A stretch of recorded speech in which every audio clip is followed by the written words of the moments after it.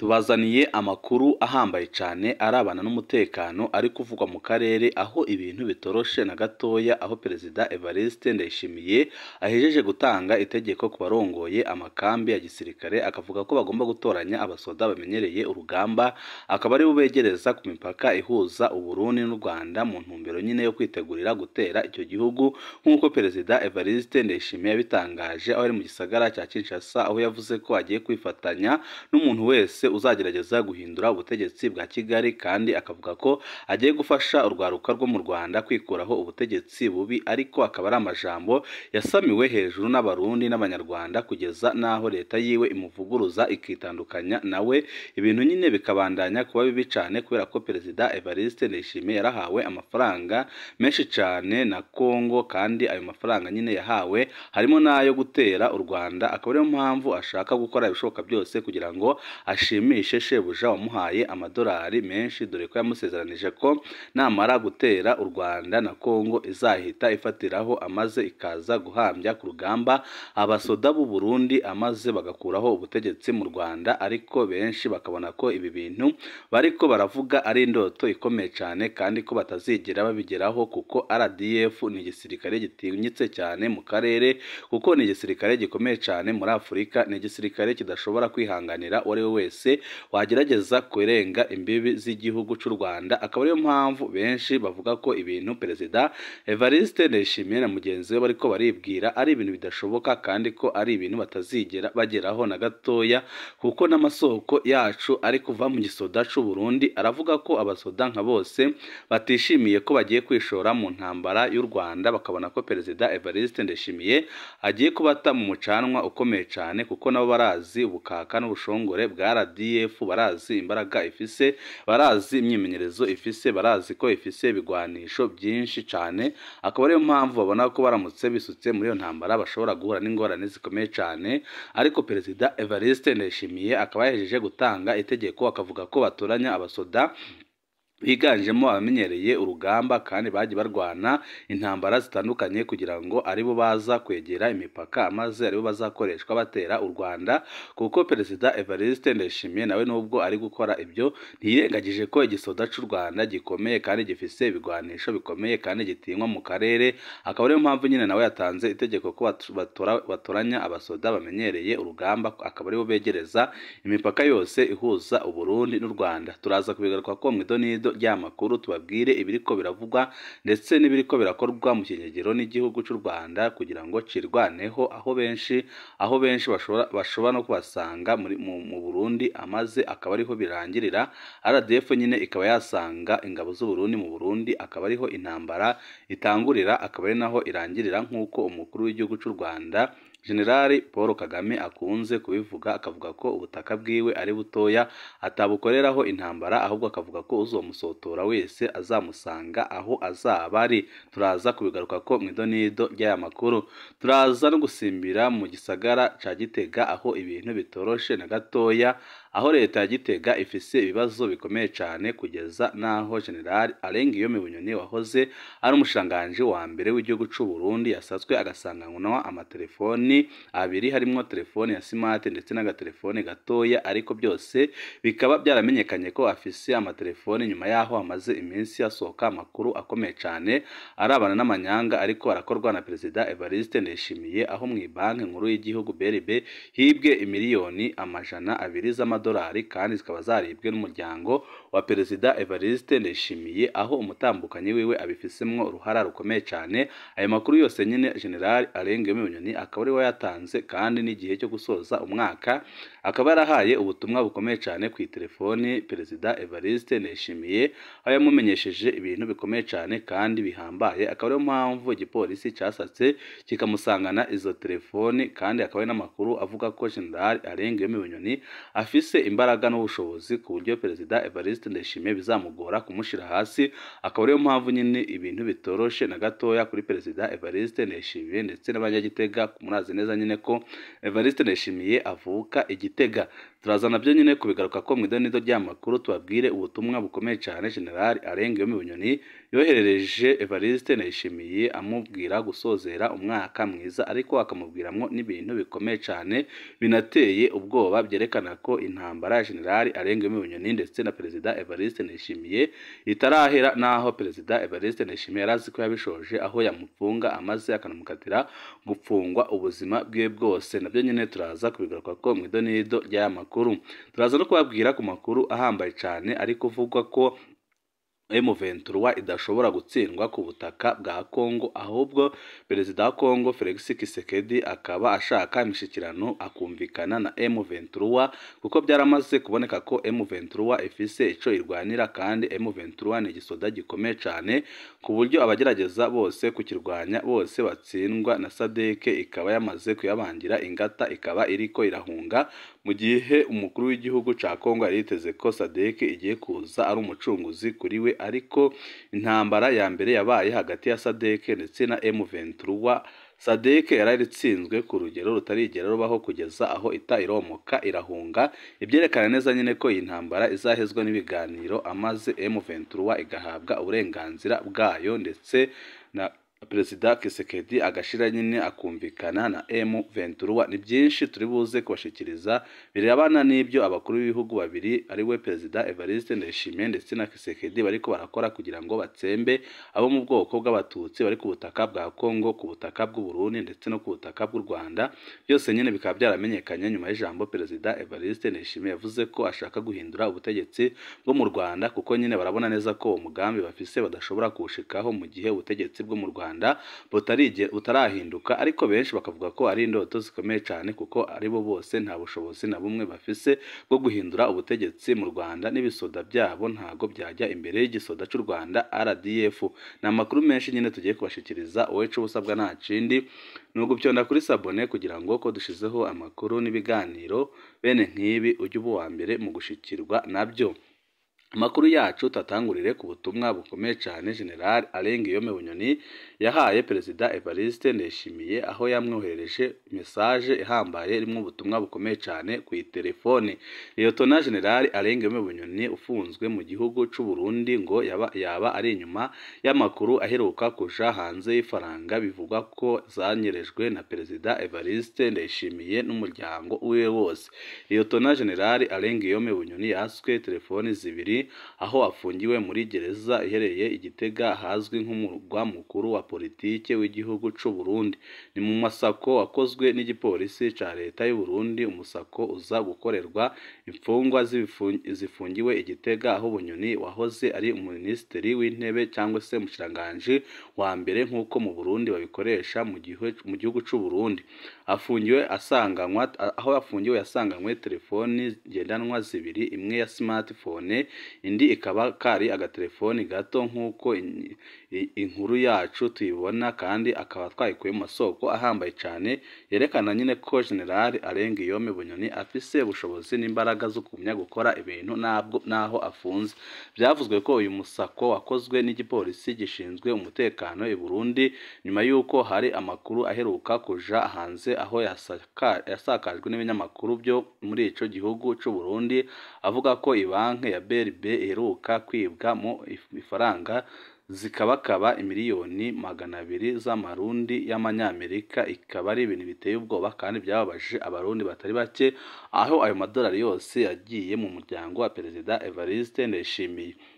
Aya makuru yavuga ko abari inyuma y'iryo burwa ry'amafaranga harimwo bamwe mu bategetsi b'u Burundi, ibyo abarundi bita ko yanyurujwe n'indongozi harimwo na Perezida Evariste Ndayishimiye, akaba ari nawe watanze itegeko ryo kuyanyuruza. Nk'uko amasoko yacu dukesha inkuru abivuga, nuko n'ubundi byakekwa ko Bunyoni ari we watanze ayo makuru y'inyerezwa y'amafaranga muri banki ya BRB, ari nabyo byatumye muri gereza afungiwemo hakorwa umusako ukomeye cyane.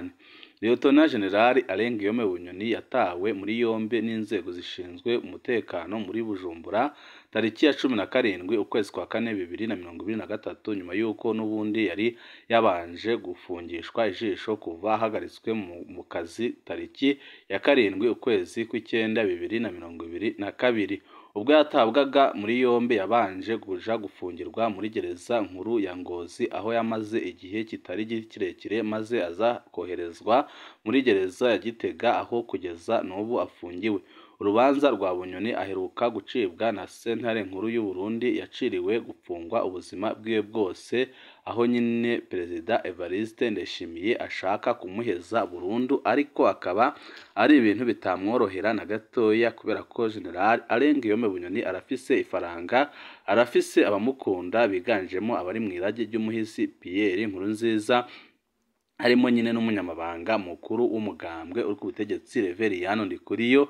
Ibyo byose nyine bikaba bimuha imbaraga zikomeye zo kugira ngo agumye agire ijambo mu butegetsi naho afunze, aho benshi bemeza ko atagihe kinini azamara apfunze, kandi benshi bakemeza ko Perezida Evariste Ndayishimiye n'ubundi ahubwo ari we ashobora kumusubirira mu kibanza arimo, kuko nawe arashobora gufatwa agapfungwa umwanya n'umwanya kuko ariko arakora amanyanga akomeye cyane. General Arengiyome Bunyoni akaba yarahaye ubutumwa bukomeye cyane Perezida Evariste Ndayishimiye aho yari ariko arasozera umwaka, aho yamubwiye ko yamupfunze guherayo ariko ko ari we azaza kumusubirira muri ico kibanza. Ibikaba ari ibintu byateje ikibazo gikomeye cyane kugeza aho Perezida Evariste Ndayishimiye nyine atanga itegeko ryo kujya gusaka General Arengiyome Bunyoni kugira ngo hamenyekane ibyihishe inyuma y'ibyo biriko biravugwa na General Arengiyome Bunyoni ndetse naho yakuye telefoni. Bikaba ari ibintu byatunguye Perezida Evariste Ndayishimiye. Amakuru yacu tabananize kari kuvugwa muri Kongo aho ibintu bitoroshe na gatoya, aho benshi babona ko intambara M23 iriko yarwana na leta ya Kongo, leta ya Kongo idashobora kuyitsinda kuko yakoresheje ingufu zose zishoboka, ariko byarangiye M23 yerekanye ko ifise ico irwanira. Umusesenguzi Fideli Muganguza avuze impamvu Perezida Felix Tshisekedi adatsinda urugamba ahanganyemo na M23 kandi ko adashobora kuzarutsinda. Umusesenguzi Fideli Muganguza yagaragaje ko M23 imaze gutsinda ubutegetsi bwa Tshisekedi. Yatangije yibaza ati intambara irimo kubera mu ntara ya Kivu y'Amajyaruguru iragana he? Leta ya Kinshasa yaba yaravuze iki kugira ngo imareho intambara bahanganyemo na M23? Baca umugani ngo usenya urwe bamutiza umuhoro. Urugamba ubutegetsi bwa Kinshasa burimo na M23 rumaze igihe kirenga imyaka 2. Leta ya Kongo ubwayo binyuze ku mukuru w'igihugu cayo Perezida Felix Tshisekedi yavuze ko M23 ifise imbaraga. Ibi kandi byagarutswe ko n'ingabo za MONUSCO aho zavuze ko umutwe wa M23 ufise ibikoresho birenze iby'ingabo za leta ya Kinshasa. Muri icyo gihe MONUSCO yashishikarije guverinoma ya Kinshasa kuganira na M23. Ibyo leta yanze ahubwo biviramwo ko ubutegetsi bwa Kinshasa busaba MONUSCO kuva mu gihugu nubwo bitoroshe na gatoya kandi bikiri inzozi. Mu byo Kinshasa yagaragaje yavuze ko kuba MONUSCO iri ku butaka bwa Kongo bidatanga umusaruro n'umwe ku baturage ba Kongo. MONUSCO yagize muri Kongo mu mwaka w'1999 ubwo hari hayoboye Perezida Mose Laurent Desire Kabila. Muri icyo gihe yitwaga Monique. Kuba MONUSCO ibaye igihe kirekire muri Kongo ntibyabujije ko ubutegetsi bwa Kinshasa bwiyambaza izindi ngabo z'amahanga, kuko mu mwaka wa 2020 mu burasirazuba bwa Kongo haje ingabo za EAC. Gusa ingabo za EAC zaje zivuga ibinyuranye n'ibyo leta ya Kinshasa itari yiteze ko, kuko Kinshasa yo yari izi ko M23 igiye kurimburwa na EAC, ariko EAC yavuze ko itaje guhangana na M23 ko ahubwo baje guhuza M23 n'ingabo za Kongo. Hakurikiyeho ko leta ya Kinshasa izana abacanshuro bakomoka mu gihugu c'Uburusiya abo umukuru w'igihugu ca Kongo yise abatoza beza. Yavuze ati abatoza beza bahageze kandi bagiye gutsinsura burundu M23, ariko nabyo ntibyigeze bikunda. Nabo ntaco bigeze bahindura kugeza magingo aya. Mu mpera z'umwaka ushize ingabo za EAC zarasezerewe haza iza SADC. Mbere leta ya Kinshasa yari yaguze indege z'intambara, ariko ntaco zafashije kubwo gutsinsura umutwe wa M23 umaze imyaka 2 mu rushuru. Kinshasa kandi yaje kwiyambaza utu tudege tutagira abapilote biza kurangira M23 ihanuyemo tubiri. Ubwo ingabo za SADC zageraga muri Kongo tariki ya 15 ukwezi kwa 12 2023, byavuzwe ko zije kurandura umutwe wa M23 mu duce wigaruriye binyuranije n'amategeko nk'uko babyivugiraga. None birangiye mu rugamba rwa mbere barwanye bahungira mu gace ka Kimoka. Muri make iyi ntambara inaniye ubutegetsi bwa Kinshasa mu buryo bwose bushoboka. Kinshasa yarahombeye byinshi, yahatakarije abasirikare benshi ku rugamba, abaturage bayo bakuwe mu byabo. Ibi byose Kinshasa yabishowemo imbaraga kugira isenye M23, ariko ntibyakunze. Impamvu nta yindi yatumye M23 ihagarara neza ku rugamba nuko irwanira ukuri kubwo kurenganura ubwoko bw'abatutsi bagize igihe kirekire mu bibazo badafise ababavugira. Ikindi nuko nta yandi mahitamo, barava iwabo baje hehe. Niyo mpamvu M23 iriko iratsinda. Mugomba no kumenya ko umuntu urwanira mu rutoki rwe bigoye kugira ngo uwamuteye abashe kumutsinda. Bwana Fideli Mugunguza yasoje yibutsa ko leta ya Kinshasa ikwiye kwibuka ko yakoze uko ishoboye kose kugira ngo isinsure M23, ariko byaranze. Aha yavuze ko Kongo yiyambaje n'imitwe yitwaje ibigwanisho y'abanyekongo ndetse n'iy'abanyamahanga harimo na FDL na Wagner Group, ariko byose byaranze. Ahubwo Tshisekedi arakeneye ibiganiro na M23. Fidel yasabye ko Tshisekedi akwiye kwemera agakora ibiganiro na M23 kuko biraboneka neza ko yatsinzwe, kandi biraboneka neza ko intambara ariko ararwana na M23 adashobora kuyitsinda, uko M23 irafise icyo irwanira. Iriko irarengera abaturage bo mu bwoko bw'abatutsi bariko bararenganywa kandi bariko barashaka gutsembwa na Perezida Evariste Ndayishimiye ndetse na Perezida wa Kongo Tshisekedi, aho bishaka guhera muri Kongo bikarangirira mu Burundi no mu Rwanda, ariko bikaba ari ibintu bitazigera byorohera abo bategetsi kuko birakomeye cyane. Birerekana neza ko ibi bintu bidashobora guhera gutyo.